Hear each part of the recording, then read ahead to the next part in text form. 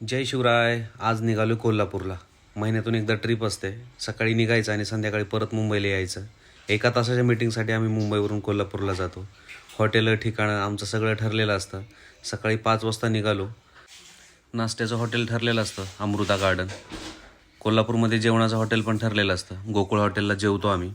नाश्ता करून पुढच्या प्रवासाला निघालो. गाडीमध्ये आम्ही दोघंच असतो, त्याच्यामुळे दिलखुलास गप्पा मारत मारत आमचा प्रवास कधी संपून जातो समजत नाही. कोल्हापूर आलं. कोल्हापूरला पोहोचलो. 1 तासाची मीटिंग होती. मीटिंग संपवली आणि पुढे निघालो मुंबईच्या दिशेने. साताऱ्याहून मुंबईला येणारा खंबाटकी घाटातला नवीन बोगदा चालू झाला आहे. प्रवास करायला छान वाटलं. रस्ता पण रिकामा असल्यामुळे जलद गतीनं पोहोचलो लोणावळ्यापर्यंत आणि तिथून पुढं चालू झाली खरी कसरत.